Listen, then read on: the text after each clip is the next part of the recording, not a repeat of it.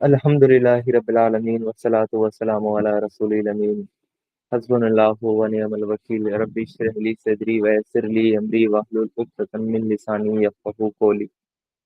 رائے حق کے ساتھ السلام علیکم۔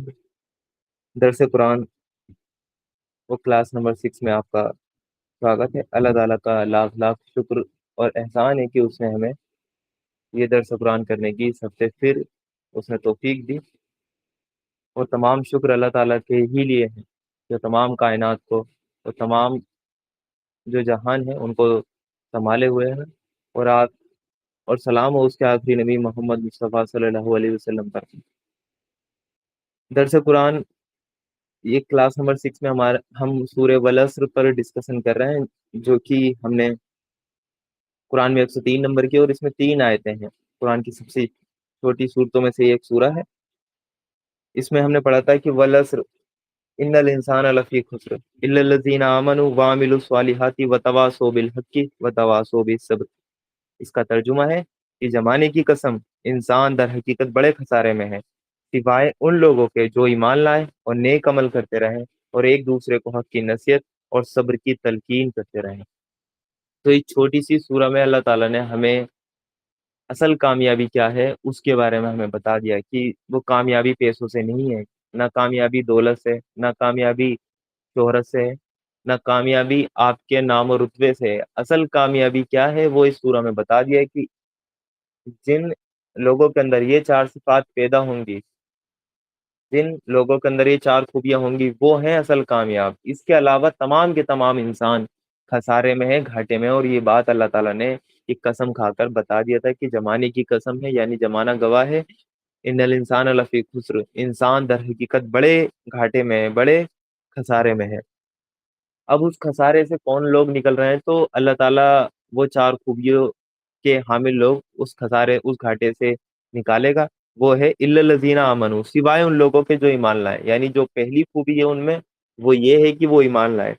ایمان پر ہم نے ڈسکشن کر لیا تھا کہ ایمان ہمیں کن چیزوں پر لانا ہے۔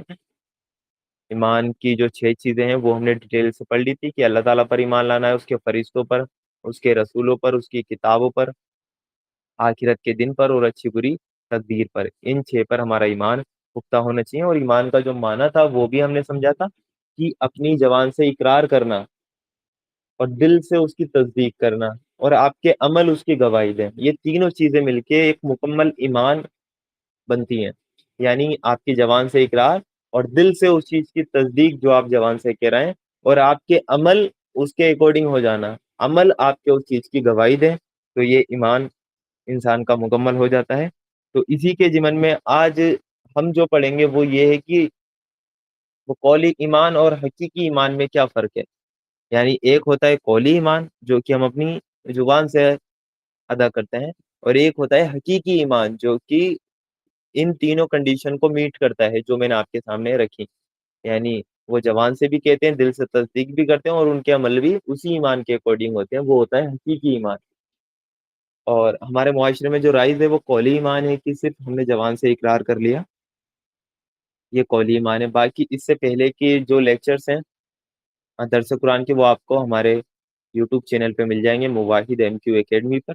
انشاءاللہ وہاں جا کر آپ، اگر آپ کا پہلے کا کوئی درس رہ گیا ہے تو وہاں سے آپ اس کو دیکھ سکتے ہیں۔ تو قولی ایمان کی بھی بڑی ویلیو ہے اسلام میں، یعنی جب تک انسان کا جو ڈیپینڈ کرتا ہے یہ مسلمان ہے یا نہیں، اس کی اقرار بن لسان پہ ہی ڈیپینڈ کرتا ہے کہ اس نے اپنی زبان سے اس چیز کا اقرار کیا ہے یا نہیں کیا ہے۔ اور اس ایمان کی بھی ویلیو بہت ہے، ایسا نہیں ہے کہ جو آپ وہ زبان سے ایمان ادا کر رہے ہیں، آپ جو الفاظ ادا کرتے ہیں اپنی زبان سے، اس کی کوئی ویلیو نہیں ہے، اس کی بھی بڑی ویلیو ہے۔ اس کے بارے میں جو قولی ایمان کے بارے میں سورہ نیسا آیت نمبر 137 میں آیا ہے، سورہ مائدہ آیت نمبر 54 میں، سورہ اعراف آیت نمبر 20 اور آیت نمبر 27، سورہ توبہ آیت نمبر 38، ان سب میں قولی ایمان کے بارے میں ذکر ہے کہ انسان جو قول سے ایمان وہ لاتا ہے وہ بھی اس کے لیے فائدہ مند ہوتا ہے، لیکن انسان کو اپنے اندر حقیقی ایمان ڈیولپ کرنا ہے، اس کو حقیقی ایمان ڈیولپ کرنا ہے۔ تو ہم سمجھ لیتے ہیں کہ سب سے پہلے ایمان اور اسلام میں کیا فرق ہوتا ہے، یعنی جو قولی ایمان ہے اور ایمان، اس کے اندر فرق کیا ہوتا ہے۔ ایمان اور اسلام کا سب سے پہلے ہم فرق وہ سمجھ لیتے ہیں۔ ایک شخص ہے، ایک انسان ہے، وہ کلمہ شہادت پڑھ کے وہ کہتا ہے اشہد ان لا الہ الا اللہ و اشہد ان محمد عبدہ و رسولہ، وہ صرف یہ الفاظ ادا کر لے تو ہماری نگاہ میں وہ مسلمان ہے، لیکن اس کے دل کا ہمیں نہیں پتا کہ اس نے یہ الفاظ دل سے بھی ادا کیے ہیں یا نہیں کیے، لیکن ہمیں اس کے ظاہری الفاظ الفاظ کو سن کر اس کو مسلمان ہمیں ماننا ہی پڑے گا۔ تو وہ جیسے ہی وہ کلمہ شہادت پڑھتے ہیں وہ اسلام میں داخل ہو جاتے ہیں، لیکن ان کے اندر ایمان ہے یا نہیں یہ ہم نہیں جانتے، یہ صرف اللہ تعالیٰ کو پتا ہوگا۔ اس لیے دنیا میں ہم جو اس کو جج کریں گے کہ مسلمان ہے یا نہیں، تو اس کی جو جو قولی اس کا اقرار ہے اس کی بیس پہ ہم اس کو جج کریں گے۔ تو اسلام اور ایمان میں کیا فرق ہے؟ اصل وہ یہی ہے کہ اسلام، آپ کلمہ شہادت پڑھ کے اسلام میں داخل ہو جاتے ہیں، لیکن ایمان ایسا نہیں ہے کہ آپ کوئی الفاظ ادا کریں گے تو آپ کے اندر ایمان پیدا ہو جائے گا، نہیں، وہ حقیقی ایمان اللہ تعالیٰ کی طرف سے ہوتا ہے، اور وہ ہمیں لانا چاہیے شعور والا ایمان، نہ کہ روایتی ایمان۔ تو سورہ حجرات کی آیت نمبر 14 ہے جو کہ ہمیں واضح طور پہ بتاتی ہے کہ اسلام اور ایمان کا اصل فرق ہے کیا۔ ایسا ہوا تھا فتح مکہ کے بعد، کیونکہ جو اسٹارٹنگ میں لوگ مسلمان وہ ہو رہے تھے تو وہ جانتے پوچھتے ہو رہے تھے، وہ شعور والا ایمان تھا ان کے اندر، حقیقی ایمان تھا، کیونکہ انہیں پتا تھا کہ یہ کلمہ شہادت پڑھنے کا مطلب یہ ہے کہ آپ نے ایک آگ کی بھٹی میں وہ قدم رکھ دینا ہے، کیونکہ اسی کلمہ شہادت پڑھنے کے بعد آپ پہ ظلم اور جاتیاں اسٹارٹ ہو جائیں گی۔ تو اللہ کے رسول صلی اللہ علیہ وسلم کی زندگی میں ہم نے دیکھا کہ جو صحابہ اکرام شروع میں ایمان لائے مکی زندگی میں، ان کے ساتھ کیا کیا وہ ظلم و زیادتی کی گئی، ان کے اوپر کیا پہاڑ وہ توڑے گئے، تو ہم نے یہ دیکھا تھا ان کے اندر حقیقی ایمان پیدا ہوتا تھا، وہ پھر کلمہ شہادت پڑھتے تھے۔ پہلے ان کے دلوں میں ایمان پیدا ہوتا تھا، وہ پھر کلمہ شہادت کا اقرار کرتے تھے جب وہ اس چیز کے لیے تیار ہو جایا کرتے تھے۔ لیکن فتح مکہ کے بعد کیا ہوا؟ اس کے اپوزٹ ہو گیا مسئلہ، کیونکہ جب اسلام غالب ہو گیا، اسلام کی جیت ہو گئی، اور لوگوں کے پاس کوئی آپشن نہیں بچا، پورے عرب میں اسلام کا ہی غلبہ ہے، تو پھر لوگ جوک در جوک، گروہ در گروہ، پورے کے پورے قبیلے کے قبیلے اسلام میں داخل ہو گئے، صرف کلمہ شہادت پڑھ کے۔ تو وہ جو بعد میں لوگ آئے تھے وہ پہلے اسلام لے کر آئے تھے، اور ایمان ان کے اندر بعد میں داخل ہوا تھا۔ پہلے جو لوگ تھے ان کے اندر ایمان پہلے آ گیا تھا، اور اسلام یعنی جو جوان سے اقرار ہے وہ انہوں نے بعد میں کیا تھا، پہلے ایمان ان کا پختہ ہو چکا تھا، تب انہوں نے سوچتے وہ سمجھتے ہوئے اللہ کے رسول صلی اللہ علیہ وسلم پر وہ ایمان لائے تھے۔ اور جو فتح مکہ کے بعد جو لوگ آئے تھے وہ پہلے اسلام میں داخل ہو گئے تھے، اور ایمان ان کے دلوں میں بعد میں داخل ہوا تھا۔ یہی آیت یہ آیت بتاتی ہے سورہ حجرات کی آیت نمبر 14، کیونکہ جو بدوی لوگ ہوتے ہیں یعنی دیہات کے رہنے والے، گاؤں کے رہنے والے لوگ ہیں، وہ جب اسلام میں آ چکے تھے فتح مکہ کے بعد، تو وہ اللہ کے رسول صلی اللہ علیہ وسلم پر احسان جتایا کرتے تھے کہ ہم تو بنا لڑے ہی مسلمان ہو گئے، تو ہمیں بھی کوئی حصہ دیجئے، مطلب مال غنیمت میں اسپیشل کوئی ان کو پروٹوکول دیں، یا کوئی ان کے لیے کچھ اسپیشل انتظام کریں، تو وہ یہ احسان جتاتے تھے اللہ کے رسول صلی اللہ علیہ وسلم پر۔ تو اللہ تعالیٰ نے سورہ حجرات کی یہ آیتیں نازل کری، آیت 14 اور 15، اس کے بعد ہم انشاءاللہ اس کو بھی دیکھیں گے۔ اس میں اللہ تعالیٰ نے کہا ان کا جو اعتراض تھا اس کا جواب دیا کہ یہ بدوی یعنی دیہاتی کہتے ہیں کہ ہم ایمان لائیں، یعنی یہ کہتے ہیں ہم ایمان لائیں، ان سے کہو ہم مطیع یعنی فرمانبردار ہو گئے، ان سے کہو کہ ہم مطیع اور فرمانبردار ہو گئے، ایمان ابھی تمہارے دلوں میں داخل نہیں ہوا۔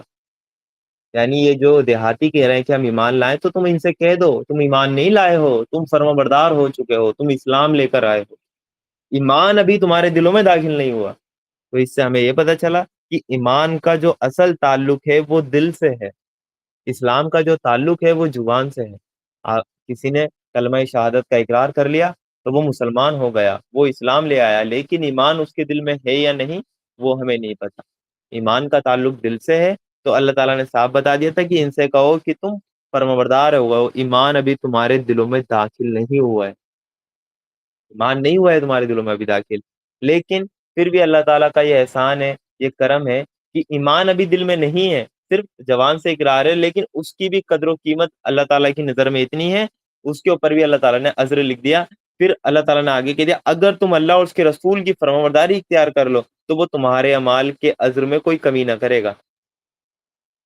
یعنی دیکھو ابھی صرف تم نے زبان سے اقرار کیا ہے، دل میں تمہارے ایمان نہیں ہے اللہ تعالیٰ کو پتا ہے، لیکن اللہ تعالیٰ پھر بھی تمہارے اس جو ایک قولی ایمان ہے اس کی قدر کر رہا ہے، اور اس پہ تمہیں عذر بھی دے رہا ہے کہ اگر تم اب صرف زبان سے اقرار کر کے صرف اب اللہ اور اس کے رسول کی فرمانبرداری اختیار کر لو تو وہ تمہارے عذر میں کوئی کمی نہیں کرے گا، یقیناً اللہ بڑا درگزر کرنے والا اور رحیم ہے۔ تو یہاں اللہ تعالیٰ نے بتا دیا کہ قولی ایمان کی بھی ویلیو یہ ہے کہ قولی ایمان سے حقیقی ایمان تمہارے اندر کیسے ڈیولپ ہوگا۔ اللہ تعالیٰ نے اس کا راستہ بھی ہمیں بتا دیا کہ آپ کو فرمانبرداری اختیار کرنی پڑے گی اللہ اور اس کے رسول کی پوری طریقے سے، تو انشاءاللہ آپ کے اندر حقیقی ایمان بھی ڈیولپ ہو جائے گا۔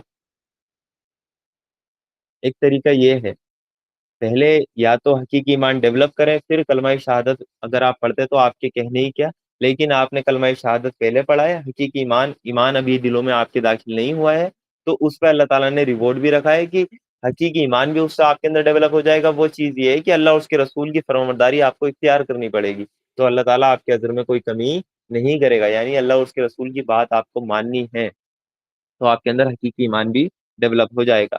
پھر اللہ تعالیٰ نے اسلام اور ایمان کا فرق بتانے کے بعد ہمیں آیت نمبر 15 میں ہی سورہ حجرات کی وہ بتا دیا کہ حقیقت میں مومن کون ہے، حقیقی ایمان کے جو حامل لوگ ہیں وہ ہے کون، سچے ایمان والے کون ہیں، وہ ہمیں کرائٹیریا اللہ تعالیٰ نے بتا دیا کہ تم جو کہہ رہے ہو نا کہ ہم ایمان لائے، تم ایمان نہیں لائے ہو، تم مسلمان ہو گئے ہو، تم مطیع اور فرمانبردار ہوئے ہو، ابھی سے ایمان تمہارے دلوں میں داخل نہیں ہوا ہے۔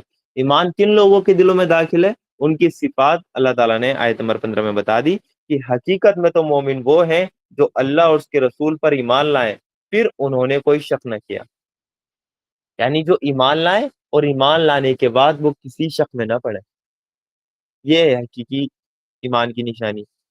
اللہ اور اس کے رسول پر ایمان لائیں پھر کسی شک میں نہیں پڑے، انہیں کوئی رتی بھر بھی انہیں شک نہیں ہے اس معاملے میں کہ اللہ اور اس کے رسول برحق ہیں یا نہیں ہے۔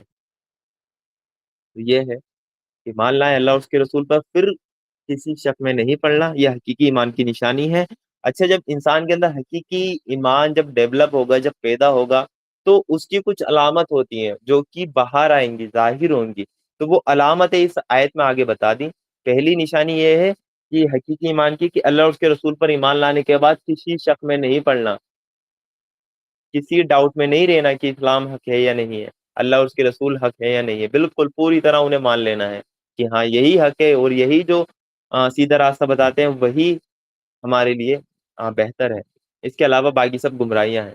پہلے اس بات کا یقین کر لیں، اور اس بات کا آپ کے دل میں یقین ہو جائے گا تو آپ کے اندر سے دو چیزیں باہر آئیں گی، چیز ایک ہی باہر آئے گی لیکن دو چیزیں اس کو ظاہر کرنے کا ذریعہ بنیں گی جو کہ ہمیں دکھیں گی۔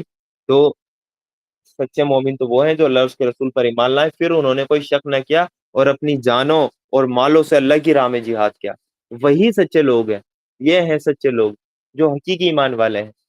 تم ایمان کا جو دعویٰ کر رہے ہو یہ دعویٰ تمہارا جھوٹا ہے، ابھی تم مسلمان ہوئے ہو، اسلام لائے ہو، ایمان نہیں، ایمان تمہارے دلوں میں داخل نہیں ہوا ہے۔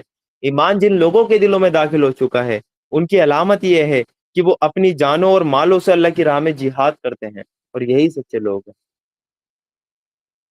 تو ایک چیز باہر آ رہی ہے، اگر حقیقی ایمان دل میں جا رہا ہے تو باہر کیا آ رہا ہے؟ جہاد، اللہ تعالیٰ کی راہ میں جد و جہد، اسٹرگل، اللہ تعالیٰ کے دین کی سربلندی کے لیے اپنی جان اور مال سب کھپا دینا، یہ باہر آ رہا ہے تو تمہارے دلوں میں حقیقی ایمان ہے۔ اگر یہ باہر نکل کے نہیں آ رہا آپ کے اندر سے تو آپ کے دلوں میں حقیقی ایمان نہیں ہے، بلکہ آپ کا ایمان کا دعویٰ ابھی کمزور ہے، آپ مسلمان ہوئے ہو صرف، ایمان والے ایمان جو دلوں میں داخل ہوتا ہے وہ آپ کے دلوں میں بھی داخل نہیں ہوا ہے۔ تو اس آیت پہ ہمیں بھی غور و فکر کرنا چاہیے کہ ہم بائی برتھ یا اس کو ہم کہہ لیں کہ ایکسیڈنٹلی ہم مسلمان ہو چکے ہیں، پیدائشی طور پہ اللہ تعالیٰ کا کرم تھا، اس کی عنایت تھی کہ اس نے ہمیں مسلمان گھرانے میں پیدا کیا، تو کیا ہمارے دلوں میں حقیقی ایمان ہے یا نہیں ہے؟ کیونکہ یہ تو ہمارا روایتی ایمان ہے کہ ہمارے باپ دادا مسلمان تھے تو ہم بھی مسلمان ہیں، لیکن کیا ہم نے شعور والا ایمان اپنے اندر داخل کیا؟ ہم سوچ سمجھ کر ایمان لائے ہیں؟ اگر ہم سوچ سمجھ کر ایمان لائے ہوتے تو ہمارے ایمان کی جو نشانی ہے نا، جو علامت ہے، وہ ظاہر ہو رہی ہوتی کہ ہمارے جو جان ہے، جو مال ہے، وہ اللہ تعالیٰ کے دین کی سربلندی کے لیے وہ کھپ رہے ہوتے ہیں۔ یہی آج مسلمانوں کا حال ہے کہ آپ دیکھ لیجئے کتنے مسلمان ہیں، اربوں مسلمان ہیں اس دنیا میں، 2 ارب مسلمان ہیں، اور ان میں اگر حقیقی ایمان ہوتا تو کیا سب اللہ کی راہ میں جہاد نہیں کرتے؟ کیا سب اللہ کے دین کی سربلندی کے لیے جد و جہد نہیں کرتے؟ کیا اپنی جان، اپنی ساری صلاحیتیں، اپنے مال اللہ کی راہ میں وہ نہیں لگاتے؟ آپ کو پتا ہے ہم نہیں لگا رہے، تو اس کا مطلب کیا ہوا ڈائریکٹلی؟ اس کا ڈائریکٹلی مطلب یہ ہوا ابھی وہ حقیقی ایمان مسلمانوں کے اندر پیدا نہیں ہوا ہے۔ روایتی طور پہ جو ایمان ہمیں مل گیا بس وہی ہم نے وہ کیری کر رکھا ہے، اور وہی ہم آگے اپنی جنریشن کو فارورڈ کر رہے ہیں، لیکن حقیقی ایمان ابھی مسلمانوں کے جو اکثریت ہے اس کے اندر داخل نہیں ہوا ہے۔ اگر داخل ہو جاتا تو ان کے عمل سے یہ چیز نکلتی، جد و جہد اللہ کے دین کی سربلندی کے لیے باہر آتی۔ یہی ایک نشانی اس آیت میں بتائی ہے۔ اس آیت پہ ہمیں خود کو بھی رکھنا ہے۔ اگر ہمیں یہ چیک کرنا ہے کہ میرے دل میں حقیقی ایمان ہے یا نہیں ہے، تو ہمیں اپنے عمل چیک کرنے پڑیں گے۔ اگر ہمارے عمل سے ظاہر یہ ہو رہا ہے کہ ہم اللہ تعالیٰ کے دین کی سربلندی اللہ تعالیٰ کے دین کی سربلندی کے لیے لگے ہوئے ہیں، اپنی جان، اپنا وقت، اپنی صلاحیت، اپنا مال سب اللہ تعالیٰ کی راہ میں لگا رہے ہیں، تو ہمارے اندر حقیقی ایمان ہے۔ اگر ہم نہیں لگا رہے ہیں تو ہمارا ایمان کا دعویٰ جھوٹا ہے، ہمارے اندر حقیقی ایمان نہیں ہے۔ تو یہی جو سورہ بلد میں کہا نا الا الذین آمنوا، سوائے ان لوگوں کے جو ایمان لائے ہیں، تو وہ ایمان لانا ہے حقیقی والا، اسلام نہیں لانا، حقیقی ایمان لانا ہے، تبھی انقلاب برپا ہوتے ہیں دنیا میں۔ جب تک حقیقی ایمان لوگوں کے اندر پیدا نہیں ہوگا تو کوئی بھی انقلاب برپا نہیں ہوگا، جب تک مسلمانوں کی حالت بہتر نہیں ہوگی۔ اب قرآن جس کو حقیقی ایمان کہتا ہے وہ تو ہم نے دیکھ لیا کہ انسان کے اندر جیسے ہی حقیقی ایمان داخل ہوگا تو وہ اللہ اور اس کے رسول کے اوپر کوئی شک نہیں کرے گا، اسلام پر اس کو کوئی ڈاؤٹ نہیں ہوگا، اور اس کے جو علامت کے طور پہ وہ اللہ تعالیٰ کی دین کی سربلندی کے لیے لگ جائے گا، اس کے اندر سے جہاد، جد و جہد باہر آئے گا، اپنی جان اور مال سب کچھ اس میں لگا دے گا۔ اب قرآن میں مختلف جگہ پہ اللہ تعالیٰ نے ہمیں حقیقی ایمان کے بارے میں بتایا ہے کہ حقیقی ایمان ہے کیا۔ اور سورہ نیسا آیت نمبر 136 قرآن میں، سورہ نیسا آیت نمبر 136 میں تو اللہ تعالیٰ نے ایمان والوں سے ہی کہہ دیا کہ ایمان لاؤ، یا ایھا الذین آمنوا آمنوا باللہ ورسولہ، یعنی اے لوگو جو ایمان لائے ہو، یا ایھا الذین آمنوا، اے لوگو جو ایمان لائے ہو، آمنوا باللہ ورسولہ والکتاب، ایمان لاؤ اللہ پر، اس کے رسول پر، اس اس کتاب پر جو اللہ نے اپنے رسول پر اتاری، اور ہر اس کتاب پر جو اس سے پہلے وہ اتار چکا ہے، جس نے اللہ اور اس کے فرشتوں اور اس کی کتابوں اور اس کے رسولوں اور آخرت کے دن سے کفر کیا، وہ گمراہی میں بھٹک کر وہ بہت دور نکل گیا۔ تو یہ آیت ہمیں بتاتی ہے، سورہ نیسا آیت نمبر 136 آپ کے سامنے موجود ہے، یہ ہمیں کلیئر کٹ بتاتی ہے کہ اللہ تعالیٰ نے ایمان والوں سے ہی کہہ دیا کہ ایمان لاؤ۔ وہ کتنی عجیب بات ہے کہ جو لوگ پہلے سے ہی ایمان والے ہیں ان سے اللہ تعالیٰ کہہ رہا ہے کہ ایمان لاؤ۔ یہ کیسے اللہ تعالیٰ نے بات کہہ دیا عجیب و غریب؟ یہ تو بات سمجھ میں نہیں آئی۔ ایمان والوں سے کہہ دیا ایمان لاؤ، وہ کیا ایمان لائے؟ وہ تو پہلے سے ہی ایمان والے ہیں۔ اس کا مطلب کیا ہوا؟ جو تم اپنی قول سے تم نے اقرار کر لیا ہے، اپنی زبان سے اس ایمان کا اقرار کر دیا ہے کہ ہم ایمان لاتے ہیں اللہ پر، اس کے رسولوں پر، اس کی کتابوں پر، تو اس کو حقیقی ایمان میں کنورٹ کریں، اس کو دل سے بھی تصدیق کریں، اور عمل بھی آپ کے اس کے اکارڈنگ ہو جائیں۔ تو یہاں جو مطالبہ ہے اللہ تعالیٰ کا وہ حقیقی ایمان پیدا کرنے کا مطالبہ ہے، تبھی تو ایمان والوں سے کہہ رہے ہیں اللہ تعالیٰ کی ایمان والوں ایمان لاؤ۔ تو یہاں حقیقی ایمان کا مطالبہ اللہ تعالیٰ کر رہے ہیں کہ جیسا کہ ایمان لانے کا حق ہے۔ اس آیت سے بھی ہمیں کلیئر ہوتا ہے کہ ایک قولی ایمان ہوتا ہے جو کہ زبان سے ادا کیا جاتا ہے، اور ایک حقیقی ایمان ہوتا ہے جو کہ دل میں انسان کے پیدا ہوتا ہے، دل اس کی تصدیق کرتا ہے اور عمل اس کے گواہی دیتے ہیں۔ عمل کیسے گواہی دیں گے؟ اگر اس کا ایمان ہے اللہ اور اس کے رسول پر تو وہ اس دین کی سربلندی کے لیے لگ جائے گا، اپنا تن من دھن، اپنی ساری صلاحیتیں، وقت، سب کچھ اس دین کی سربلندی کے لیے وہ لگا دے گا۔ تو یہ بڑی پیاری آیت ہے۔ اللہ تعالیٰ نے کہا یا ایھا الذین آمنوا آمنوا باللہ ورسولہ والکتاب، اے لوگوں جو ایمان لائے ہو ایمان لاؤ اللہ پر، اس کے رسول پر، اس کی کتابوں پر۔ تو یہ ایمان والوں سے اللہ تعالیٰ دوبارہ ایمان لانے کا مطالبہ کر رہا ہے، کیونکہ اس آیت میں حقیقی ایمان کی اللہ تعالیٰ ایمان والوں سے کہہ رہا ہے کہ آپ حقیقی ایمان لائیں، جس ایمان کا اللہ تعالیٰ نے مطالبہ کیا ہے۔ اس کے بعد سورہ حامیم السجدہ کی آیت نمبر 30 ہے قرآن میں، سورہ حامیم السجدہ آیت نمبر 30، اللہ تعالیٰ کو رب کہہ کر اس پر جمنا ہی اصل ایمان ہے۔ حقیقی ایمان کی ایک نشانی یہ ہے جو اللہ تعالیٰ نے اس آیت میں بتائی، کہ جن لوگوں نے کہا کہ اللہ ہمارا رب ہے اور پھر وہ اس پر جمے رہے، یقیناً ان پر فرشتے اترتے ہیں اور ان سے کہتے ہیں کہ نہ ڈرو نہ غم کرو اور خوش ہو جاؤ جنت کی خوشخبری سے جس کا تم سے وعدہ کیا گیا ہے۔ تو جن لوگوں نے کہا کہ اللہ ہمارا رب ہے وہ پھر اس پر جم گئے۔ تو حقیقی ایمان کی ایک نشانی یہ ہے کہ اللہ تعالیٰ کو رب کہہ کر اس پر جمنا ہی حقیقی ایمان ہے۔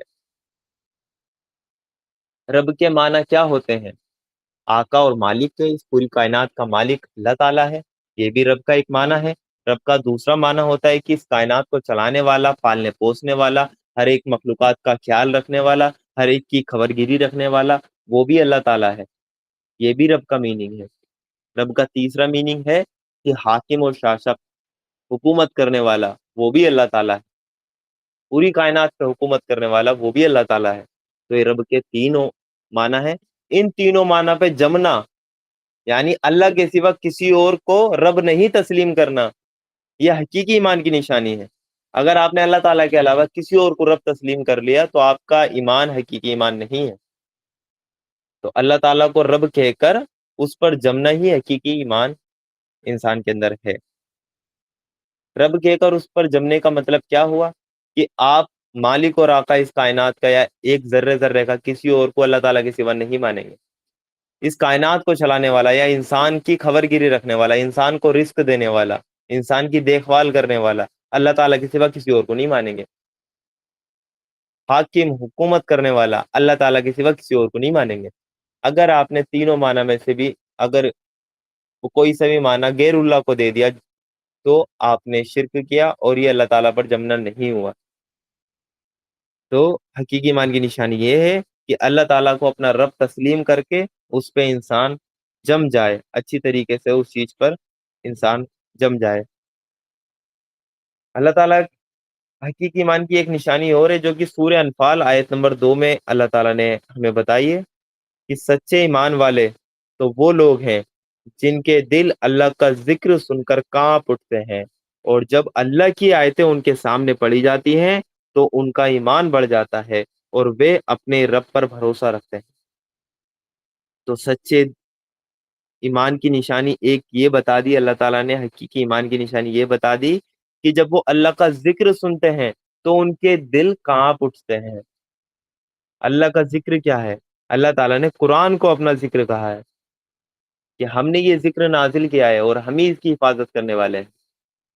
تو اللہ کا ذکر یہ قرآن ہے کہ سچے ایمان والے جب قرآن کو پڑھتے ہیں تو ان کا دل اللہ کا ذکر سن کر، قرآن کی آیتیں سن کر کانپ اٹھتے ہیں۔ جب اللہ کی آیتیں ان کے سامنے پڑھی جاتی ہیں تو ان کا ایمان بڑھ جاتا ہے اور وہ اپنے رب پر بھروسہ کرتے ہیں، توکل صرف اللہ تعالیٰ پر کرتے ہیں۔ تو یہ ہے سچے ایمان کی ایک علامت کہ جب بھی قرآن آپ کے سامنے پڑھا جائے، اللہ تعالیٰ کا ذکر آپ کے سامنے ہو تو آپ کا دل جو ہے وہ کانپ اٹھے، آپ ڈر جائیں کہ قرآن کی جو آیت آئی ہے اس اس آیت کا میں حق ادا کر پاؤں گا یا نہیں کر پاؤں گا۔ اور جب اللہ کی آیتیں ہمارے سامنے پڑھی جائے نا تو ہمارا ایمان اور بڑھتا جاتا ہے، یہ ہے حقیقی ایمان کی نشانی۔ اللہ کی آیتیں پڑھنے کے بعد ایمان کبھی گھٹے گا نہیں۔ یعنی اگر آپ کو حقیقی ایمان بھی اپنے اندر ڈیولپ کرنا ہے، اگر نہیں ہے حقیقی ایمان پیدا کرنا ہے تو قرآن سے جڑ جائیے، کیونکہ جیسے جیسے آپ اللہ تعالیٰ کی آیتیں پڑھتے جائیں گے تو آپ کا ایمان بڑھتا جائے گا، ایمان کا جو لیول ہے وہ بوسٹ ہوتا جائے گا۔ تو قرآن سے جڑنا ایمان کا لیول بڑھانا بھی ہے۔ اور صحابہ کرام کے ساتھ ایسا ہی ہوتا تھا کیونکہ ان کے اندر حقیقی ایمان تھا، جب وہ اللہ کی آیتیں سنتے تھے تو ان کے دل کانپ اٹھتے تھے اللہ کا ذکر سن کر، اور اللہ کی آیتیں ان کے سامنے پڑھی جاتی تھیں تو ان کا ایمان اور بڑھ جایا کرتا تھا، کم نہیں ہوتا تھا، اور وہ صرف اللہ تعالیٰ پر ہی بھروسہ رکھتے ہیں۔ تو آج ہم اپنا بھی جائزہ لیں، کیا ہمارے اندر حقیقی ایمان وہ ہے؟ کیا ہمارا دل اللہ کا ذکر سن کر کانپ اٹھ رہے ہیں؟ کیا ہمارے دل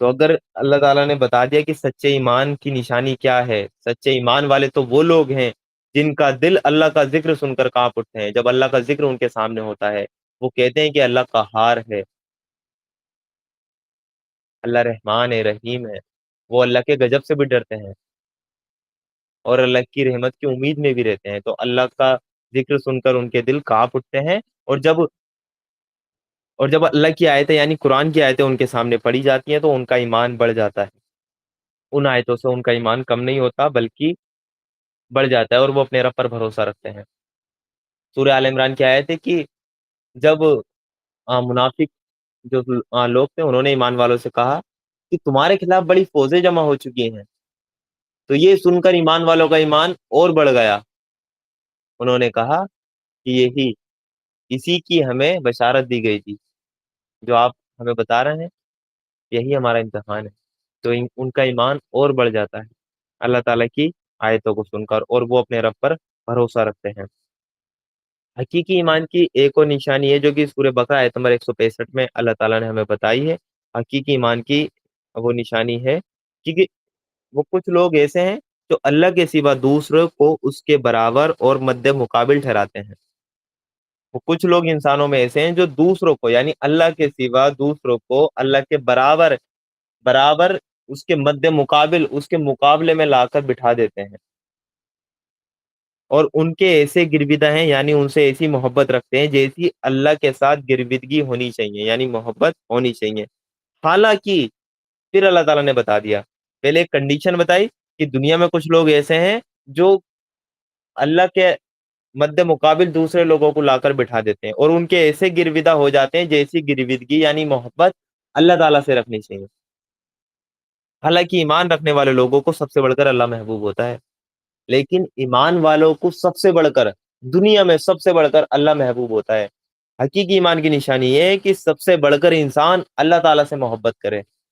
اگر آپ کو سب سے بڑھ کر اللہ تعالیٰ سے محبت نہیں ہے تو آپ کے اندر حقیقی ایمان نہیں ہے۔ اس آیت کی روشنی میں ہم یہ دیکھتے ہیں کہ ہم نے کچھ لوگوں کو اللہ تعالیٰ کے برابر لا کر بٹھا دیا ہے، کسی نے اپنے محبوب کو لا کر بٹھا دیا، تو کسی نے اپنے شوہر کو لا کر بٹھا دیا، تو کسی نے اپنی بیوی کو لا کر بٹھا دیا، لا کر بٹھایا ہے ہم نے ان سے اتنی محبت کرتے ہیں کہ اللہ کا احکام کی اگر خلاف ورزی ہو رہی ہوتی ہے تو ان کی محبت میں اللہ کے احکام کی خلاف ورزی ہم آسانی سے کر جاتے ہیں، تو یہی تو ہے مد مقابل لا کر بٹھا دیا۔ کسی نے اپنے پیر باباؤں کو لا کر بٹھا دیا، جو اللہ تعالیٰ کے حق تھے وہ اس نے اپنے پیر کے دے دیے، جیسی محبت اسے اللہ تعالیٰ سے رکھنی چاہیے تھی ویسی اپنے پیر سے رکھے پڑا ہے، وہ ان کے گرویدہ ہیں، جیسی گرویدگی اللہ تعالیٰ سے ہونی چاہیے تھی وہ ان کے ایسے گرویدہ ہیں۔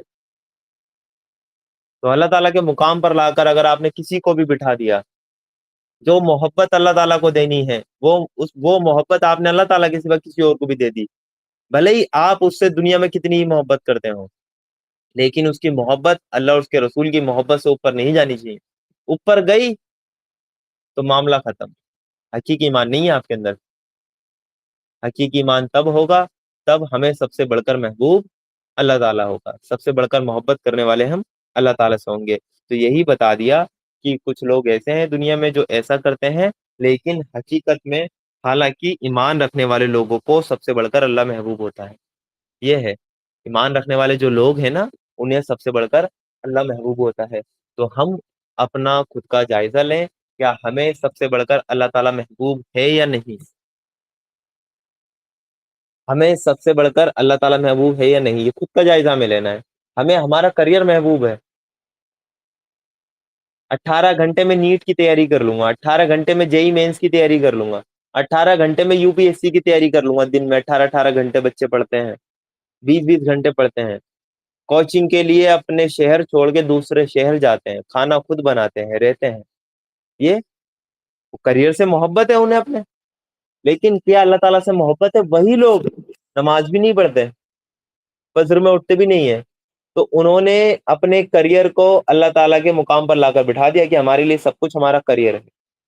وہ کریئر بھی کیا، دنیا کے کچھ دنوں کی زندگی ہے، اصل کریئر کی طرف تو وہ دھیان ہی نہیں دے رہے ہیں کہ اصل جو کریئر ہمیں بنانا ہے، جو آخرت میں ہمیشہ کی زندگی ہے، اس کی ہمیں بہتری کے لیے سوچنا چاہیے، اس چیز پہ وہ دھیان نہیں دیتے ہیں۔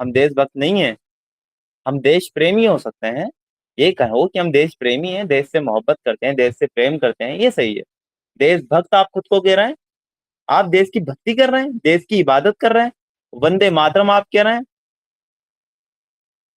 کیا ہے اس کا مطلب؟ جو یہ زمین ہے یہ ہماری ماتا ہے، اس کی ہم پوجا کرتے ہیں، وندے ماترم، یہ کیا بات ہے؟ تو اتنی اوپر بھی دیش کو لا کر نہیں بٹھا دینا کہ اللہ کی محبت سے غالب ہو جائے۔ اللہ کے مقابلے میں لا کر ہم دیش کو بٹھا دیں، وطن کو بھی نہیں بٹھانا۔ ان تازہ خداؤں میں بڑا سب سے وطن ہے، سب سے جو تازہ خدا اس تہذیب کے ابھرے ہیں، ان میں سب سے بڑا جو خدا ہے، جو معبود ہے، وہ وطن ہے۔ لوگوں نے اس کو بھی خدا بنا رکھا ہے، اس کے لیے سب کچھ کرنے کے لیے تیار ہیں، جان تک دے دینے کے لیے لوگ تیار ہیں۔ ابھی انٹرنیشنل لیول پہ آپ نے دیکھا ہوگا کہ ہمارے مسلمان بھائیوں پر 2 سال سے مسلسل ظلم ہو رہا ہے، تو کسی ملک نے آواز نہیں اٹھائی، لیکن ایک ملک نے ابھی ان کے خلاف اعلان جنگ کیا ہے، تو وہ کس بنا پر کیا ہے؟ کہ ہم پر حملہ ہوا ہے اس لیے ہم کر رہے ہیں، یعنی وطن پہلے۔ غازہ کے سیز فائر کیوں کیا؟ ٹھیک ہے، انہوں نے حملہ کیا تھا، اگر یہ سیز فائر کرتے ہیں تو ہم بھی کر لیتے ہیں، یہی تو کیا تھا۔ ان کی نگاہ میں کیا ہے؟ وطن سب سے اوپر ہے۔ انہوں نے یہ نہیں کیا کہ جب تک غازہ میں بمباری نہیں رکے گی ہم سیز فائر نہیں کریں گے، تب ہم مانتے اسلام کے لیے تھے آپ، وہ وطن کے لیے تھے۔ تو یہ آج کا جو تازہ خدا ہے وہ وطن ہے۔ تو ہمیں محبت ایمان والوں کو کس سے کرنی ہے؟ حالانکہ ایمان والے سب سے بڑھ کر محبت اللہ تعالیٰ سے کرتے ہیں۔ نہ ہمیں اپنے شوہر سے کرنی، نہ اپنی بیوی سے کرنی، نہ اپنے بھائیوں سے کرنی۔ ان سے محبت کرنی ہے، فطری ہے، کرنی ہے، لازماً کرنی ہے، لیکن اتنی نہیں کرنی کہ اللہ تعالیٰ کے مد مقابل یا برابر میں لا کر ان کو ہم بٹھا دیں۔ اب اللہ سے اگر ہمارا دعویٰ ہے، اگر ہم چیک کرنا چاہتے ہیں کہ اللہ سے ہماری محبت ہے نہیں ہے، تو اللہ سے محبت کا بھی تو کوئی تقاضا ہوگا نا، جیسے دنیاوی محبت کے تقاضے ہوتے ہیں۔ ایک شوہر اپنی بیوی سے محبت کرتا ہے تو اس کا خیال رکھتا ہے، اس کی ایک ایک چیز کا خیال رکھتا ہے، اس کا خیال رکھتا ہے کسی بات سے ناراض نہ ہو جائے۔ ایک بچہ اپنی ماں سے، اپنے والدین سے محبت کرتا ہے تو ان کی ناراضگی سے ڈرتا ہے، ان کو جو چیز پسند ہے وہ کام کرتا ہے، یا ان کی جو فیوریٹ چیزیں ہیں وہ لا کر ان کو دیتا ہے۔ تو یہ محبت کے تقاضے ہوتے ہیں۔ ایک بیوی اپنی شوہر سے محبت کرتی ہے تو اس کی جو پسندیدہ جو ڈریس ہے وہ پہنتی ہے، اس کے لیے سجتی سنورتی ہے، اس کا خیال رکھتی ہے۔ تو یہ محبت کے تقاضے ہیں نا۔ جب تک یہ تقاضے پورے نہیں ہوں گے آپ کی محبت کا پتہ ہی نہیں چلتا کہ آپ کی محبت ہے یا نہیں ہے۔ ایسے ہی اگر حقیقی ایمان کی ایک نشانی یہ ہے کہ ایمان والے سب سے بڑھ کر اللہ تعالیٰ سے محبت کرتے ہیں، تو اس محبت کی بھی تو کوئی نہ کوئی تقاضے ہوں گے۔ جب دنیا میں ہر محبت کے تقاضے ہیں تو اللہ تعالیٰ کی محبت کے بھی تو تقاضے ہوں گے۔ جب دنیا میں آپ کو پتا ہے کہ اگر کسی کا شوہر باہر ہے، بدیش میں ہے، تو وہ اس سے اپنی بیوی سے ڈیلی 1-2 گھنٹہ بات نہیں کرے تو اس کو لگتا ہے کہ اس کی محبت کم نہ ہو گئی ہوگی۔ 2 گھنٹے میں پوری اپڈیٹ اس کو دیتا ہے، اس کی اپڈیٹ لیتا ہے، کیا ہے مطلب، کیسے چل رہے ہیں گھر کے حالت، کیسے ہیں آپ، ٹھیک ہیں، سب کچھ پوچھتا ہے، ایک ایک چیز نا، ایک ایک چیز کی خبر رکھتا ہے۔ یہ محبت کا ہی تو تقاضا ہے، وہ اس سے محبت کرتا ہے، اس کو ایسے حالات میں نہیں دیکھ سکتا کہ اس پر کوئی پریشانی آئے، تو یہ محبت کا تقاضا ہے۔ ایسے ہی اللہ تعالیٰ سے محبت کی بھی تو کچھ تقاضے ہوں گے۔ ایسا تو نہیں ہے اللہ تعالیٰ کی محبت فضول ہے، کہ دنیا بھی محبتوں کے تو تقاضے ہیں، ان کی آپ ناراضگی سے ہی بستے ہیں، آپ ان کے پسندیدہ کام بھی کرتے ہیں۔ کیا کوئی اپنی محبت کے لیے چاکلیٹ لے کر نہیں جاتا؟ کیا کوئی اپنی محبت کے لیے وہ گفٹ لے کر نہیں جاتا؟ کیا اپنی محبت کا لوگ خیال نہیں رکھتے؟ کیا ان کا محبوب جن باتوں سے ناراض ہوتا ہے وہ ان باتوں کو چھوڑ نہیں دیتے؟ چھوڑتے ہیں ہم دنیا میں، کرتے ہیں سب دنیا میں۔ تو یہ تقاضا ہے محبت کا کہ آپ اپنے محبوب کی پسند اور ناپسند کا بھی خیال رکھیں، یہ تقاضا ہے محبت کا۔ تو ایسے ہی اللہ تعالیٰ کی محبت کے بھی تقاضے ہیں، اور وہ جو تقاضے آپ کو ملیں گے سورہ آل عمران آیت نمبر 31 میں اللہ تعالیٰ کی محبت کے تقاضے آپ کو مل جائیں گے۔ اللہ تعالیٰ نے فرمایا، اے نبی، اے نبی صلی اللہ علیہ وسلم، لوگوں سے کہہ دو، اگلی سلائڈ پہ انشاءاللہ وہ آیت آپ کو شو ہوگی، اے نبی صلی اللہ علیہ وسلم، لوگوں سے کہہ دو کہ اگر تم حقیقت میں اللہ سے محبت رکھتے ہو تو میری پیروی کرو، اللہ تم سے محبت کرے گا، تمہاری غلطیوں کو معاف کر دے گا، وہ بڑا معاف کرنے والا اور رحم کرنے والا ہے۔ تو اس آیت میں اللہ تعالیٰ نے اپنی محبت کا تقاضا بتا دیا کہ میری محبت کا تقاضا کیا ہے۔ اگر تم واقعی مجھ سے محبت کرتے ہو، واقعی میں تمہارے اندر حقیقی ایمان پیدا ہے، واقعی تم ایمان والے کہلانے کے لائق ہو، تو یہ تقاضا پورا کرنا پڑے گا۔ وہ یہ ہے کہ اللہ تعالیٰ نے اپنے نبی کے ذریعے لوگوں کو یہ بات کہلوا دی، اے نبی صلی اللہ علیہ وسلم لوگوں سے کہہ دو کہ اگر تم حقیقت میں اللہ سے محبت رکھتے ہو، حقیقت میں، صرف جوانی دعویٰ نہیں بلکہ حقیقت میں تم اللہ تعالیٰ سے محبت رکھتے ہو، سب سے اوپر اللہ تعالیٰ کو رکھتے ہو، اللہ تعالیٰ سے اوپر کوئی محبت آپ کے اوپر غالب نہیں آ سکتی، حقیقت میں اللہ سے محبت رکھتے ہو، تو اس کا تقاضا یہ ہے تو میری پیروی کرو، یعنی اللہ کے رسول صلی اللہ علیہ وسلم کی پیروی کرو۔ یہ ہے محبت کا تقاضا۔ اللہ تعالیٰ کو سب سے محبوب کون دنیا میں؟ ہمارے نبی محمد صلی اللہ علیہ وسلم۔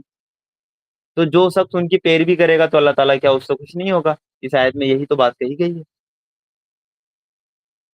اگر اللہ سے حقیقت میں محبت رکھتے ہو تو میری پیروی کرو، رسول کی پیروی کرو۔ پھر کیا ہوگا؟ اگر آپ رسول کی پیروی کریں گے تو اللہ تم سے محبت کرے گا، بدلے میں اللہ بھی تم سے محبت کرے گا۔ ابھی تک تمہاری محبت ون سائیڈڈ تھی۔ ہاں، ون سائیڈڈ وہ لب ہوتا ہے نا، انسان کو صرف ایک سائڈ سے ہی پیار ہے، یا انسان کا کوئی وہ کرش وغیرہ ہوتا ہے تو ایک سائڈ سے ہی پیار ہوتا ہے، دونوں سائڈ سے تو نہیں ہوتا۔ لیکن جب اس انسان کو پتا چلے کہ سامنے والا بھی مجھ سے محبت کرے تو اس کی خوشی کا کیا عالم ہوگا۔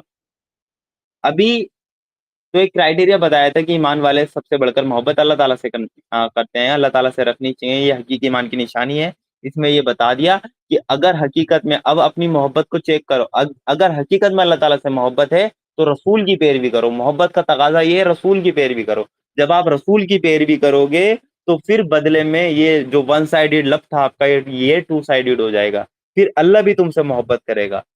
صرف محبت ہی نہیں کرے گا، جب وہ آپ سے محبت کرے گا تو آپ کی غلطیوں کو بھی معاف کر دے گا، آپ کے گناہوں کو بھی معاف کر دے گا۔ وہ بڑا معاف کرنے والا اور رحم کرنے والا ہے۔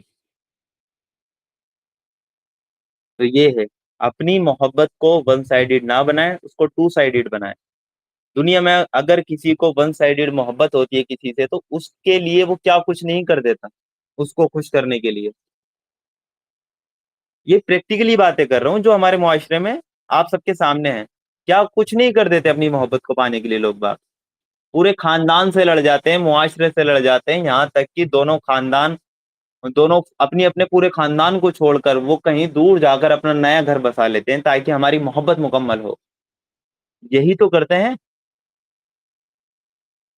میں اس بات میں نہیں جا رہا کہ وہ کام صحیح کرتے ہیں یا غلط کرتے ہیں، میں آپ کو یہ بتا رہا ہوں کہ وہ محبت میں کیا کچھ کر دیتے ہیں۔ کیا اللہ تعالیٰ کی محبت میں نا ہم سے اپنے گھروں پر بھی نہیں لڑا جاتا کہ تو بڑی پردے والی بنے پھر رہی ہے، فنکشن میں جاتی ہے پردہ کر کے بیٹھ جاتی ہے، برقع برقع کر دیتی تھی، کرتی رہتی ہے۔ نکاح کی بات کریے، ابھی شادی بیاہوں میں سز صبر کر جا تاکہ لڑکے پسند کریں تجھے، کوئی امیر رشتہ تیرے لیے آئے، جب تک ان کے سامنے نہیں جائے گی کسی کو کیسے پتہ لگے گا آپ کتنی خوبصورت ہو؟ تو یہ گھروں پہ سکھایا جاتا ہے آج کل۔ اور وہاں اگر وہ لڑکی اللہ تعالیٰ سے محبت کرتی ہے تو بغاوت، اپنے گھر والوں سے ہی بغاوت کرے، نہیں، یہ اللہ تعالیٰ کے حکم کے خلاف ہے۔ چاہے آپ مجھے گھر سے نکال دیں، یہ اللہ تعالیٰ کے حکم کے خلاف ہے کہ آپ مجھے یہ حکم دے رہے ہیں، حرام کا حکم دے رہے ہیں، یہ بات میں آپ کی ہرگز نہیں مانوں گی۔ آپ کا ادب اور احترام کرنا ہے، آپ کے حقوق مجھے ادا کرنے ہیں، لیکن یہ بات ہرگز نہیں مانی جائے گی۔ کیا سارا دن قرآن پڑھتے رہتے ہو، قرآن کی دعوت کو عام کرنے میں لگے ہوئے ہو، تو یہ کیا چیز ہے؟ یہ معاشرہ آپ کو روک رہا ہے نیکی اور پرہیزگاری کے کاموں سے۔ جب دنیاوی محبت کے لیے آپ پورے معاشرے سے بغاوت کر سکتے ہو، پورے خاندان کو چھوڑ بھی سکتے ہو، تو اللہ کی محبت اتنی سستی ہے، اتنی سستی ہے اللہ کی محبت۔ جب ہمیں اپنے پسندیدہ مرد سے نکاح کرنا ہوتا ہے، اپنی پسندیدہ لڑکی سے نکاح کرنا ہوتا ہے، تو گھر پہ بتا دیتے ہیں اور کلیئر کٹ کے دیتے ہیں کہ شادی کروں گا تو یہی کروں گا، ہرگز نہیں کروں گا اور کہیں۔ یہ محبت کا تقاضا ہے کہ آپ کلیئر کٹ بتا رہے ہیں اور آپ اس کے لیے پورے گھر والوں سے لڑتے بھی ہیں۔ آپ کی فیملی سمجھاتی ہے کہ بیٹا وہ لڑکا آپ کے لیے صحیح نہیں ہے، بیٹا وہ لڑکی آپ کے لیے صحیح نہیں ہے، لیکن نہیں سمجھ میں آتی اس ٹائم پہ، وہ بعد میں آتی ہے وہ الگ بات ہے، لیکن اس ٹائم پہ نہیں سمجھ میں آتی۔ محبت کا بھوت وہ سوار رہتا ہے کہ یہیں شادی کرنی ہے۔ لڑتے ہیں نا گھر والوں سے، کھانا کھانا چھوڑ دیتے ہیں نا، دھمکی دیتے ہیں نا انہیں، اس کے علاوہ کہیں اور شادی کی تو میں شادی نہیں کروں گا، شادی نہیں کروں گی، اور اللہ کی محبت اتنی سستی ہے کہ اس کا کوئی تقاضا ہم پورا ہی نہیں کر رہے. دنیا میں ساری محبتوں کے تقاضے پورے کرتے ہیں، اور اللہ تعالیٰ کی محبت اتنی سچی ہے اس کا تقاضا پورا نہیں کرتے. ایک باپ اپنی اولاد کے فیوچر سیکیور کرنے کے لیے کیا کچھ نہیں کرتا، کتنی محنت سے کماتا ہے، کتنی محبت وہ ان سے کرتا ہے، کتنی محنت سے کماتا ہے، ان کو اچھے کالج میں ایڈمیشن دلاتا ہے، ڈونیشن بھی دیتا ہے، ان کو ایک قابل انجینئر ڈاکٹر بھی بناتا ہے، ان کا خیال بھی رکھتا ہے کہ ان کے لیے پراپرٹی کا ایک حصہ چھوڑ کر جاؤں، ان کے لیے سیپریٹ گھر سب کے لیے الگ الگ کر کے جاؤں. تو یہ محبت میں ہی تو کرتا ہے. یہ محبت کے تقاضے سارے پورے کرتے ہیں، ہم دنیا میں سارے پورے کرتے ہیں. اگر کوئی دنیا میں محبت کا تقاضا نہ کرے تو سامنے والا محبوب ہی آپ کو ٹوک دیتا ہے کہ آپ کی محبت میں فالٹ ہے، آپ میرے لیے اتنا نہیں کر سکتے، آپ میرے لیے یہاں نہیں آ سکتے، آپ میرے لیے یہاں نہیں جا سکتے، آپ کو مجھ سے زیادہ پیارا وہ شخص ہے، آپ اس کے لیے یہ کر رہے ہو، میرے لیے کچھ نہیں کر رہے ہو. تو اللہ کی محبت کو سستی نہ سمجھے. دنیا میں سب محبت کے تقاضے ہیں، اللہ کی محبت کا تقاضا یہ ہے کہ آپ رسول کی پیروی اختیار کر لیں پوری طریقے سے. رسول کی پیروی آپ اختیار کر لیں، بدلے میں اللہ بھی آپ سے محبت کرے گا. آپ صرف محبت ہی نہیں کرے گا، آپ کی جو گناہ ہیں جو خطا ہیں ان کو بھی معاف کر دے گا. اللہ تعالیٰ تو بڑا معاف کرنے والا اور رحم کرنے والا ہے. اس کے بعد اسی سورہ آل عمران آیت نمبر 32 میں اللہ تعالیٰ نے فرما دیا، ان سے کہو کہ اللہ اور اس کے رسول کی فرمانبرداری اپناؤ. نیکسٹ سلائیڈ پہ آپ کو ملے گی یہ آیت. ان سے کہو کہ اللہ اور اس کے رسول کی فرمانبرداری اپناؤ، پھر اگر وہ تمہاری یہ بات مان لے تو یقیناً یہ ممکن نہیں کہ اللہ ایسے لوگوں سے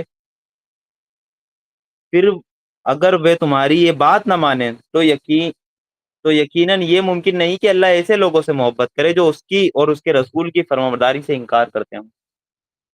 یعنی اگلی آیت میں اللہ تعالیٰ نے بتا دیا کہ ان سے کہہ دو کہ محبت کرتے ہو اس کا تقاضا یہ ہے کہ رسول کی پیروی کرو. پھر کہہ دیا اللہ اور اس کے رسول کی فرمانبرداری اپناؤ، پھر اگر وہ تمہاری یہ بات نہ مانے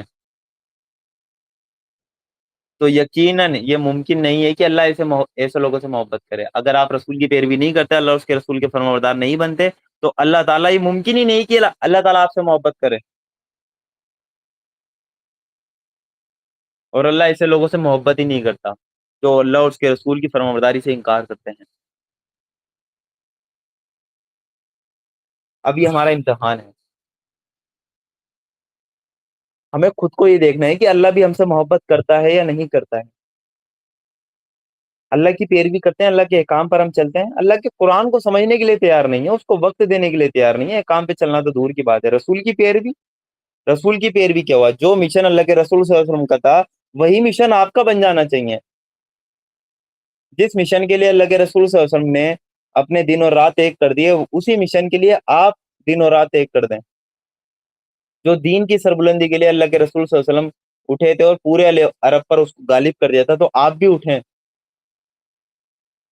اور اس دین کو تمام کے تمام دینوں پر غالب کر دیں. تو اگر آپ انکار کرتے ہو اللہ اور اس کے رسول کی فرمانبرداری سے تو اللہ تعالیٰ ہرگز آپ سے محبت نہیں کرتا. اللہ تعالیٰ کی محبت چاہیے تو رسول کی پیروی آپ کو کرنی چاہیے. اور اس کے بعد صرف اللہ سے محبت ہی نہیں کرنی، ایمان والوں کو سب سے بڑھ کر تو اللہ محبوب ہوتا ہے، لیکن ان کے بعد اللہ کے رسول صلی اللہ علیہ وسلم سے ہی محبت کرنی ہے. اور وہ حقیقی ایمان کی نشانی ہے. صحیح بخاری کی حدیث آپ کو نیکسٹ سلائیڈ پہ ملے گی. صحیح بخاری کی حدیث نمبر 15 میں اللہ کے رسول صلی اللہ علیہ وسلم نے فرما دیا کہ تم میں سے کوئی شخص ایمان والا نہ ہوگا جب تک اس کے والد اور اس کی اولاد اور تمام لوگوں سے زیادہ اس کے دل میں میری محبت نہ ہو جائے. یہ دیکھیں، تم میں سے کوئی ایمان والا ہی نہیں ہوگا جب تک کہ آپ کے چاہے آپ کے باپ ہوں، آپ کی اولاد ہو، اور تمام لوگ دنیا کے سارے انکلوڈ آ گئے، اس میں ساری دنیاوی محبت آ گئے، سے زیادہ اس کے دل میں میری محبت نہ ہو، یعنی اللہ کے رسول کی محبت نہ ہو. اللہ سے محبت کر رہی ہے سب سے بڑھ کر، اور اللہ کے رسول صلی اللہ علیہ وسلم سے محبت کرنی ہے سب لوگوں سے اوپر بھی کرنی ہے، لیکن اللہ تعالیٰ کے اوپر نہیں. سب سے بڑھ کر محبت اللہ سے، پھر اللہ کے رسول سے، مطلب سیکنڈ نمبر پہ جو محبت کرنی. تو اب آپ یہ دیکھ لیں کہ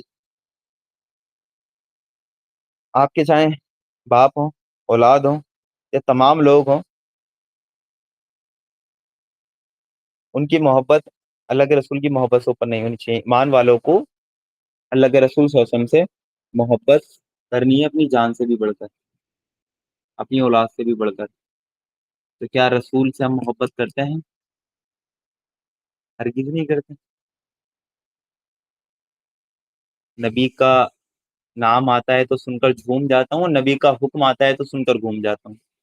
عاشق رسول ہم بنے پھرتے ہیں، عاشق عشق رسول میں ہم روڈوں پر آ جاتے ہیں، جلوسوں نکالتے ہیں، لیکن وہیں جو اللہ کے رسول صلی اللہ علیہ وسلم کی آنکھوں کی ٹھنڈک ہے نماز، وہ ہم ویسٹ کر دیتے ہیں۔ 5 ٹائم کی نماز ہم چھوڑتے ہیں۔ محرم پہ حسینی باہر آئیں گے، بھی جلوس نکالیں گے، سارے حسینی کہلائیں گے۔ وہ حسینی ایسے ہوں گے کہ ان کے سامنے اس وقت اگر یزید کو لا کر کھڑا کر دو تو اس کو جان سے مار دیں، ایسے وہ حسینی ہوں گے۔ اس ٹائم اتنے غصے میں ہوں گے وہ کہ وہ یزید نے یہ کیا کیسا۔ اور وہیں جو حسین میدان جنگ میں بھی جنہوں نے نماز نہیں چھوڑی، اور یہ حسینی جو ہیں آج کے، یہ جلوسوں میں فجر بھی جا رہی، جوہر بھی، عصر بھی، مغرب بھی، عشاء بھی، یہ یہ حسینی ہے۔ تو ایسے ہی آج کل کے ہم محمدی ہیں، ہم کہتے ہیں کہ اللہ کے رسول صلی اللہ علیہ وسلم سے عشق کرتے ہیں، محبت کرتے ہیں، ہمارا دعویٰ جھوٹا ہے۔ ہم محبت کرتے تو ہمارے عمل ایسے نہ ہوتے، ہم ان کی پیروی کرتے ہیں، ان کے بتائے ہوئے طریقے پہ چلتے ہیں، ان کی سنتوں پہ عمل کرتے ہیں، ان کی سنتوں کو اپناتے ہیں۔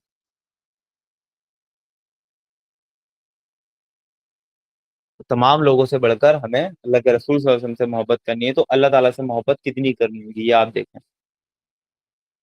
صحیح بخاری کی ایک اور حدیث ہے، 6632 نمبر پہ یہ حدیث ہے کہ نبی کریم صلی اللہ علیہ وسلم اور سیدنا عمر رضی اللہ عنہ ساتھ میں وہ چل رہے تھے، یعنی چہل قدمی وہ کر رہے تھے۔ حضرت عمر جو کہ سیکنڈ خلیفہ ہیں اسلام کے، اور اللہ کے رسول صلی اللہ علیہ وسلم ساتھ میں چل رہے تھے، اور نبی صلی اللہ علیہ وسلم نے حضرت عمر کا ہاتھ پکڑا ہوا تھا۔ تو سیدنا عمر تھوڑے سے فرینک ہو گئے، اور رسول اللہ صلی اللہ علیہ وسلم وہ کے وہ کے ساتھ اس قدر وہ شفقت کا مطلب معاملہ دیکھا انہوں نے کہ اللہ کے رسول صلی اللہ علیہ وسلم نے یہ کیا، تو وہ چونک گئے کہ اتنی شفقت کا معاملہ۔ تو انہوں نے کہا مجھ پر اتنی شفقت کیسے حضرت عمر نے، تو تھوڑی حاضری ہم بھی لگوا دیتے ہیں۔ حضرت عمر نے سوچا تھوڑی حاضری ہم بھی لگوا دیتے ہیں، تو انہوں نے عمر یعنی عمر رضی اللہ عنہ نے کہا یا رسول اللہ، اس پوری دنیا میں مجھے سب سے زیادہ آپ عزیز ہیں سوائے اپنی جان کے۔ انہوں نے کہا پوری دنیا میں تمام انسانوں سے بڑھ کر مجھے آپ عزیز ہیں۔ جو اوپر کی حدیث تھی نا، وہ بتا دی، تمام لوگوں سے بڑھ کر، والد اولاد تمام لوگ سے بڑھ کر آپ عزیز ہیں سوائے اپنی جان کے۔ انہوں نے ایک ایکسیپشن لگا دی حضرت عمر نے، صرف اپنی جان کے، یعنی میری جان بھی تو محبوب ہے نا، سوائے اپنی جان کے۔ تو آپ صلی اللہ علیہ وسلم نے کہا نہیں، بلکہ اپنی جان سے بھی بڑھ کے، یعنی نہیں بلکہ یہ کہو اپنی جان سے بھی بڑھ کر عزیز مانو۔ تو حضرت عمر نے کہا یا رسول اللہ صلی اللہ علیہ وسلم، اب آپ مجھے اپنی جان سے بھی بڑھ کر عزیز ہیں۔ یعنی جب اللہ کے رسول نے کہا، حضرت عمر نے کہا تھا کہ مجھے سب سے زیادہ عزیز ہیں سوائے اپنی جان کے، تو اللہ کے رسول نے کہا کہ اپنی جان سے بھی بڑھ کر عزیز مانو۔ تو انہوں نے کہا یا رسول اللہ، اب آپ مجھے اپنی جان سے بھی بڑھ کر عزیز ہیں۔ تو پھر آپ صلی اللہ علیہ وسلم نے فرمایا ہاں اے عمر، اب بات بنی، اب تیرا ایمان مکمل ہوا ہے۔ یہ ہے حقیقی ایمان کی نشانی، اب ہوا ہے ایمان مکمل، جب اپنی جان سے بھی بڑھ کر اللہ کے رسول سے محبت کریں، اپنی جان سے بھی بڑھ کر۔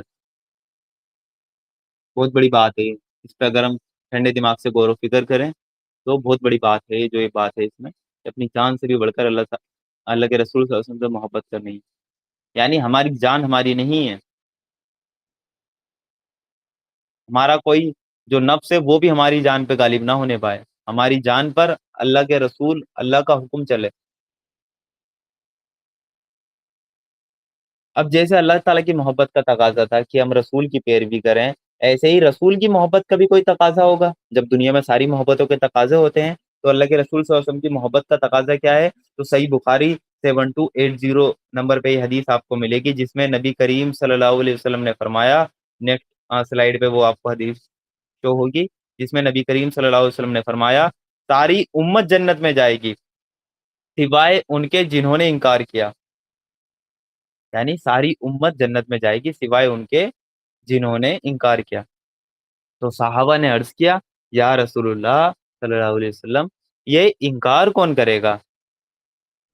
تو آپ صلی اللہ علیہ وسلم نے فرمایا جو میری اطاعت کرے گا وہ جنت میں داخل ہوگا، اور جو میری نافرمانی کرے گا اس نے انکار کیا، اس نے کیا اصل انکار۔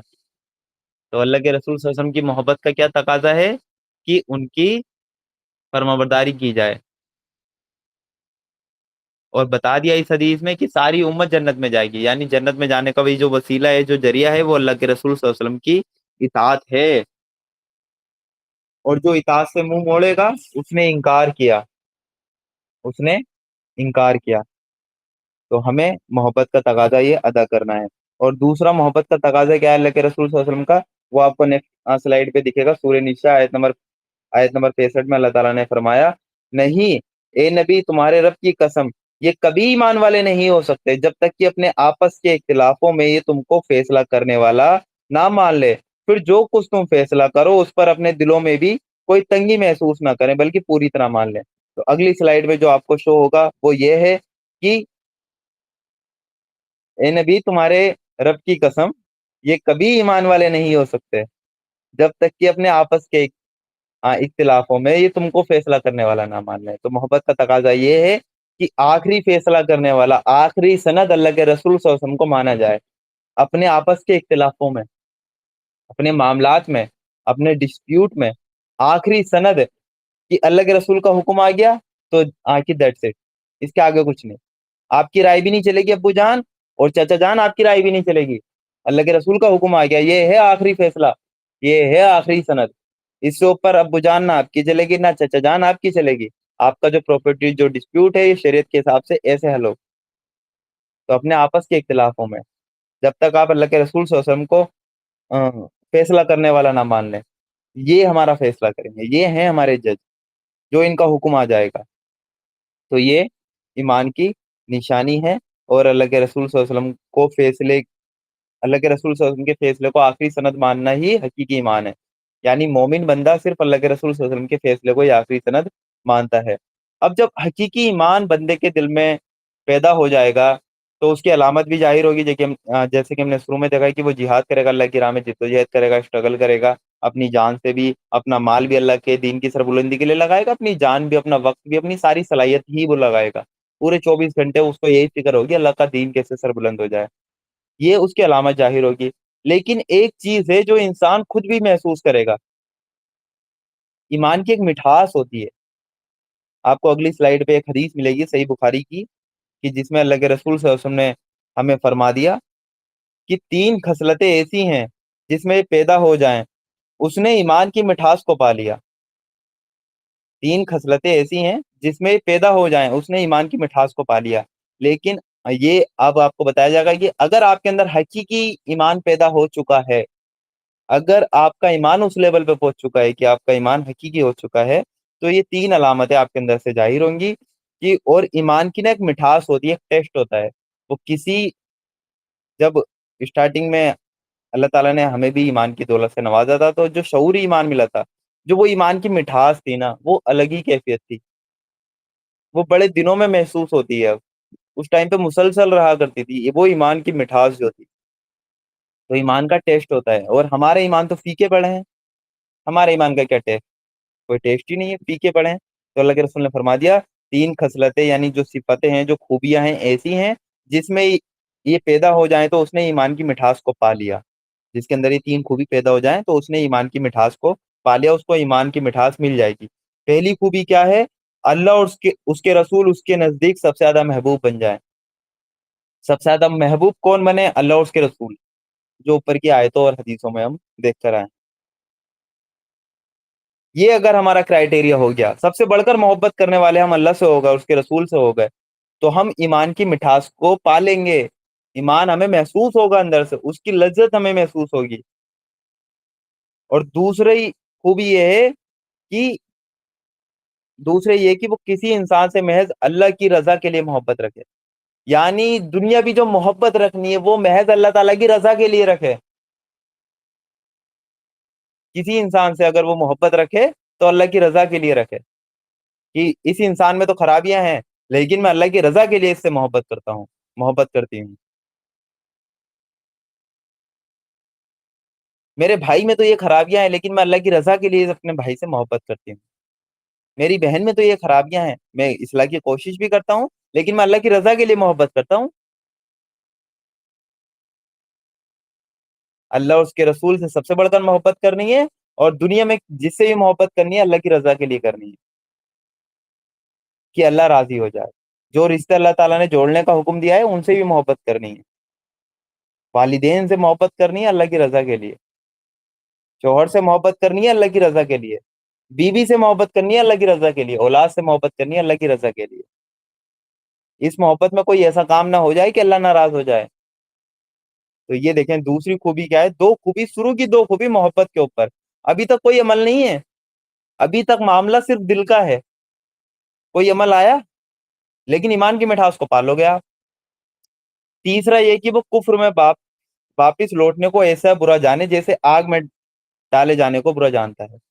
تیسری خوبی یہ ہے کہ جب وہ اسلام میں آ جائے تو کفر میں یعنی اللہ تعالیٰ کی نافرمانی میں، یا اللہ تعالیٰ کا فرمانبردار ہونے کے بعد وہ اللہ تعالیٰ کی نافرمانی میں یا کفر میں، اسلام چھوڑنے پر وہ ایسا ہو جائے جیسا کہ اسے آگ میں ڈالا جا رہا ہو۔ کسی انسان کو پکڑ کے آپ اگر آگ کی بھٹی میں ڈالیں گے تو وہ کتنا اسٹرگل کرے گا آپ سے چھوٹنے کے لیے، آپ سے بچنے کے لیے، وہ الٹا کوشش کرے گا کہ وہ نہ جائے آپ کو ڈال دے۔ وہ یہ کوشش کرے گا کہ چل ٹھیک ہے بھٹی تک تو مجھے لے آیا، اب وہ ایسی پٹکی دے گا کہ وہ چاہے گا کہ جو مجھے پکڑنے والا وہ چلا جائے میں بچ جاؤں۔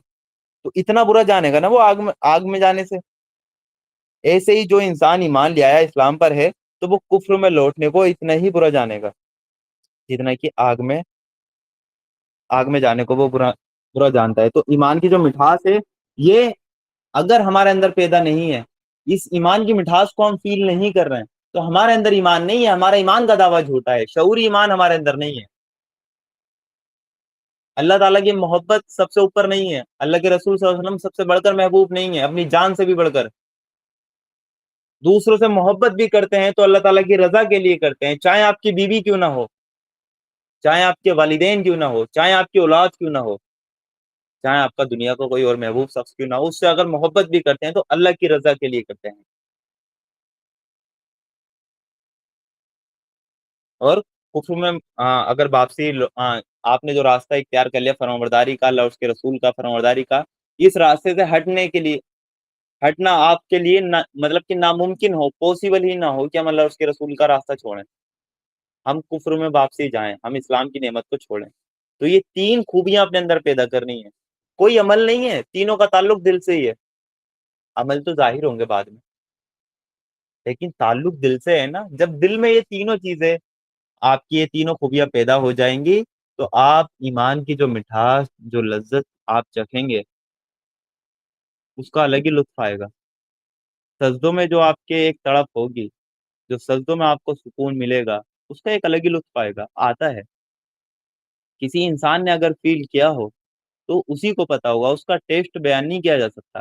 ایمان کی جو مٹھاس ہے نا وہ بیان نہیں کی جا سکتی، وہ الگ ہی مٹھاس ہوتی ہے، وہ فیل کی جا سکتی ہے۔ تو اگر آپ چاہتے ہیں ایمان کی مٹھاس کو چکھنا، اس کو ٹیسٹ کرنا، تو یہ خوبی اپنے اندر آپ کو پیدا کرنی پڑیں گی۔ تو یہ جو ہمارا درس تھا آج کا، والعصر، زمانے کی قسم، ان الانسان لفی خسر، تمام انسان گھاٹے میں، خسارے میں، الا الذین آمنوا، سوائے ان لوگوں کے جو ایمان لائیں۔ ابھی ہم نے صرف یہاں تک ڈسکشن کیا ہے کہ جو چار خوبیاں ہیں وہ خسارے سے بچنے کے لیے، وہ کامیاب ہونے کے لیے، ان میں سے جو پہلی خوبی ہے ایمان، صرف ابھی ہم نے ایمان پہ ڈسکشن کیا ہے کہ ہمیں اللہ تعالیٰ کو وہ کیسا ایمان مطلوب ہے، ہمیں اپنے اندر کیسا ایمان پیدا کرنا ہے۔ تو ہمیں اپنے اندر ایسا ایمان پیدا کرنا ہے کہ ہم اس کی ایمان کی مٹھاس چکھیں، اس کا ٹیسٹ ہم چکھیں، یہ ایمان پیدا کرنا ہے۔ الا الذین آمنوا وعملوا الصالحات، انشاءاللہ اگلے ہفتے جو ہم درس رہے گا الا الذین آمنوا پر، الا الذین آمنوا وعملوا الصالحات، وہ نیک عمال پہ رہے گا کہ وہ کیا کرتے ہیں، دوسری خوبی کیا ہے اس میں، پہلی ایمان لاتے ہیں، دوسری نیک عمل کرتے ہیں۔ تو ایمان اور نیک عمل کا کیا تعلق ہے، ان کا بھی آپس میں تعلق چلتا ہے۔ تو انشاءاللہ اس کو ہم نیکسٹ وہ درس میں اپنے دیکھیں گے۔ جب تک آپ اپنا خیال رکھیں، اللہ تعالیٰ سے یہ دعا ہے کہ اللہ تعالیٰ کہنے سننے سے زیادہ عمل کی توفیق عطا کرے، اور ہمارے اندر یہ ایمان کی مٹھاس جگا دے، ہمارے اندر حقیقی ایمان اللہ تعالیٰ پیدا کر دے، اور ہمیں سب سے بڑھ کر اللہ اس کے رسول محبوب ہو جائیں۔ ہم دنیا میں اگر کسی سے محبت کریں تو صرف اللہ کی رضا کے لیے کریں، اور ہم اللہ تعالیٰ کا جو فرمانبرداری کا راستہ ہم نے چنا ہے ہم اسی پر قائم رہیں۔ اللہ تعالیٰ سے یہی دعا ہے۔ تو انشاءاللہ ملتے ہیں اگلے ہفتے، اور نیک امال کے ساتھ، کہ نیک امال اور ایمان کا کیا تعلق ہے، اس پر انشاءاللہ ہم ڈسکشن کریں گے۔ تو اللہ تعالیٰ سے یہی دعا ہے کہ اللہ تعالیٰ میں کہنے سننے سے زیادہ عمل کی توفیق عطا کرے۔ وہ سبحان اللہ و بحمدہ، سبحانک اللہم و بحمدک، اشہد ان لا الہ الا انت، استغفرک و اتوب الیک۔ سبحان ربک رب العزت عما یصفون، وسلام علی المرسلین، والحمد للہ رب العالمین۔ السلام علیکم ورحمۃ اللہ وبرکاتہ۔